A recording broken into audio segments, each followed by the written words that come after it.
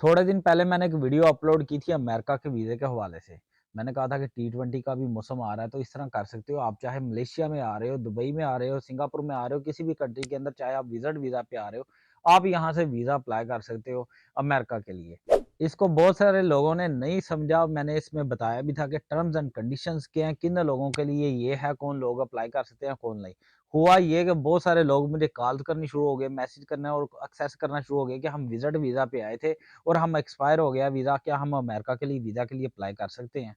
3-4 चीज़ें मैं कंप्लीट आज आपको समझा दूँ, कौन से लोग इसके लिए अहल हैं, कौन से लोग अहल नहीं हैं। पहली बात मैं करता हूँ विज़िट वीज़ा वालों की। मेरा भाई अगर आपने विज़िट वीज़ा पे मलेशिया के अंदर मौजूद हैं या किसी भी और कंट्री के अंदर मौजूद हैं, तो आप लीगल होने चाहिए। अगर आप इल्लीगल हैं, लीगल नहीं हैं, तो आप तो अपनी कंट्री वापस नहीं जा सकते, आप अमेरिका जाने की बात कर रहे हैं, पहली बात। दूसरी बात ये है कि जो विज़िट वीज़ा पे आ रहे हैं, उनको आने से मलेशिया की मैं बात करने लगा हूँ अब।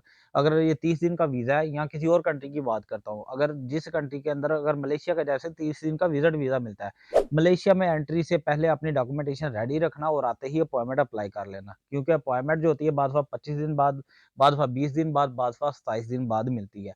30 दिन का वीज़ा इसलिए अपॉइंटमेंट का आपने बिल्कुल रेडी-शेडी करके रखना है।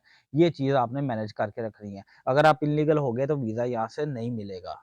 तीसरी चीज़ मैं बात करता हूँ, वो लोग जो कहते हैं कि यार हमारी बिल्कुल ट्रैवल हिस्ट्री नहीं है, क्या हमें वीज़ा मिलेगा? और ये बात मत कहा करें कि यार उस बंदे को मिला था, कि उसकी तो ट्रैवल हिस्ट्री भी नहीं थी। उस बंदे ने क्या लगाया था वो आप नहीं जानते या वो आपको नहीं बताएगा। वो यही कहेगा मैंने कुछ भी नहीं सिलाया, मेरा वीज़ा मिल गया। ट्रैवल हिस्ट्री किसी भी वीज़े के लिए रीढ़ की हड्डी का किरदार अदा करती है। ये बैकबोन का किरदार अदा करती है आपके वीज़ा फॉर्म के अंदर। अगर आपके वीज़ा फॉर्म के अंदर ट्रैवल हिस्ट्री मेंशन नहीं है या आप बताते हो कि मैं इससे पहले ट्रैवल हिस्ट्री अमेरिका वीज़ा की बात कर रहा हूँ कि मैं इससे पहले किसी कंट्री नहीं गया, ये आपके वीज़ा फॉर्म को और वीज़ा एप्लीकेशन को बहुत कमज़ोर कर देगी।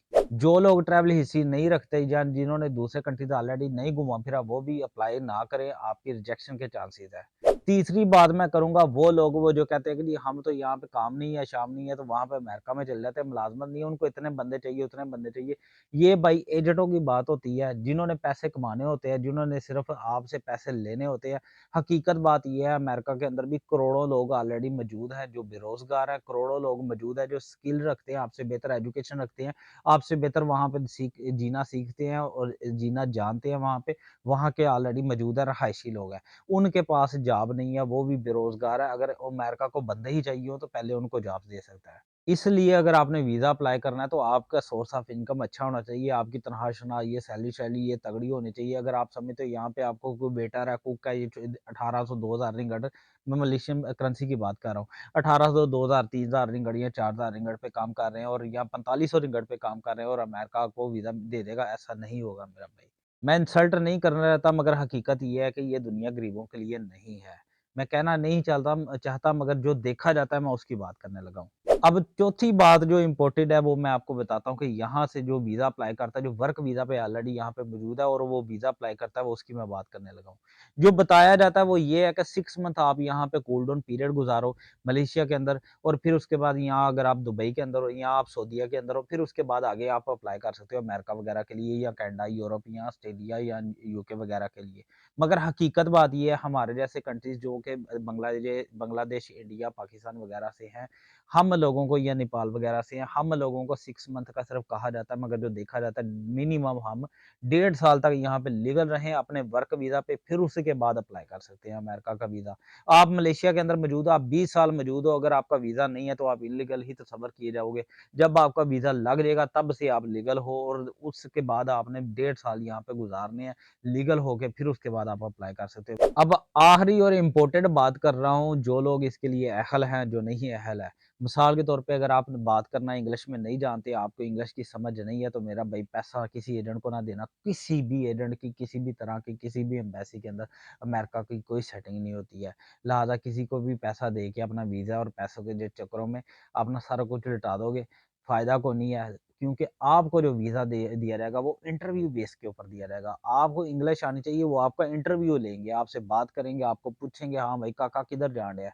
आपको वो सामने इंग्लिश में पूछेंगे, हाँ भाई बच्चे किधर जा रहा है, बच्ची-बुच्चियाँ देखने जा रहा है, किधर जा रहा है? आप बता सकते हो नहीं, नहीं मैं तो अच्छे काम करने जा रहा हूँ। जब आपको पता ही नहीं है बात किस तरह करनी है, इंग्लिश किस तरह में अगले का सवाल की आपको समझ नहीं आ रही है, जवाब आपने क्या देना है। इसलिए मेरा भाई अगर आपको इंग्लिश नहीं आती तो फिर भी अप्लाई ना कीजिएगा, ये वीज़ा नहीं मिल सकता। आखिरी और इम्पोर्टेंट बात करने लगा हूँ क्योंकि बैंक स्टेटमेंट ये माँगते नहीं है वीज़ा के फॉर्म के अंदर बहुत सारे लोग बैंक स्टेटमेंट का पूछते हैं, अमेरिका वीज़ा के लिए बैंक स्टेटमेंट की ज़रूरत नहीं होती। मगर अगर वो चाहें तो आपको इंटरव्यू वाले दिन कह सकते हैं कि जी अच्छा अपनी बैंक स्टेटमेंट दिखा दें, हम आपको वीज़ा का प्रोसेस कर रहे हैं, आप इस तरह करें, सिर्फ़ बैंक स्टेटमेंट दिखाएँ, आपका मसला हल हो जाएगा। तो वो कोई भी डॉक्यूमेंट आपसे पूछ सकते हैं या माँग सकते हैं। अब यहाँ पे एंड पे मैं वो बात करूँगा कि जो लोग अहल हैं, जो लोग अप्लाई कर सकते हैं। अगर आपके पास अच्छी बैंक स्टेटमेंट बनी पड़ी हुई है, उसके पास ये एक एक अच्छा प्लस पॉइंट है, अपने पास रखिएगा, एक बैंक स्टेटमेंट तगड़ी होनी चाहिए। 35,000, 37,000, 40,000 से ऊपर रिंगट की बात करने लगा हूँ, मलेशियन करेंसी की। आप जहाँ-जहाँ मुझे वीडियो में देख रहे हैं, आप अपने-अपने कंट्रीज़ के अंदर इसको ट्रांसफ़र करके चेक कर लीजिएगा या कन्वर्ट करके। 35-40,000 रिंगट आपके अकाउंट के अंदर पड़ा होना चाहिए, नंबर 1। नंबर 2 ये है कि आपकी ट्रैवल हिस्ट्री कम से कम 5-6 कंट्रीज़ की होनी चाहिए। अब इसके अंदर अगर जापान वगैरह का वीज़ा या अच्छे कंट्रीज़ का वीज़ा या यूरोप वगैरह का कोई वीज़ा लगा हुआ है, तो ये एक प्लस पॉइंट आपके लिए होगा। ना उसके अलावा ये है कि अगर आप इंग्लिश बोलना जानती हो अच्छे से, वेल आप कन्वर्सेशन कर सकते हो। ये बिल्कुल इतनी भी अच्छी टुट्टी-भज्जी भी इंग्लिश अगले को समझ लेते हो और बता सकते हो, मुतमिन कर सकते हो। इतनी भी इंग्लिश आती है फिर भी चल जाएगी। आपने सवाल समझ सकते हो और जवाब दे सकते हो। अगले को भी आपकी समझ आ सकती है। आपके अल्फाज़ों की समझ आनी चाहिए अगले को, आपके अल्फाज़ों की तरतीब अच्छी होनी चाहिए, अगले को समझ आनी चाहिए और अगले की आपको समझ आनी चाहिए। बस यही इम्पोर्टेंट चीज़ होती है जो इंटरव्यू वाले दिन और आपके अंदर कॉन्फिडेंस होना चाहिए। बस ये इम्पोर्टेंट चीज़ है। लिहाज़ा ये छोटी-सी वीडियो थी, कुछ चीज़ें थी मैंने क्लियर करनी थी कि आप लोगों को समझ आ जाए कि यार कौन से लोग अप्लाई कर सकते हैं, कौन से लोग अप्लाई नहीं कर सकते। शोर मचाया हुआ है कुछ लोगों ने कि यार अमेरिका का वीज़ा आ रहा है, ये है, वो है, टी20 खुलने लगा। असल में भाई क्या है, एजेंटों ने तो पैसे कमाने हैं, आपके तो पैसे लगने हैं। आपका सारा कुछ चल जाना है, उसका जाना कुछ नहीं है, उसका संवर जाना है सारा कुछ। ये चीज़ें आपके पास हैं तो वीज़ा अप्लाई कीजिएगा, अदरवाइज़ वीज़ा रिजेक्शन के चांसेस बहुत ज़्यादा हैं। तो अपना बहुत सारा ख़्याल रखिएगा, दुआओं में याद रखिएगा। रब रखा।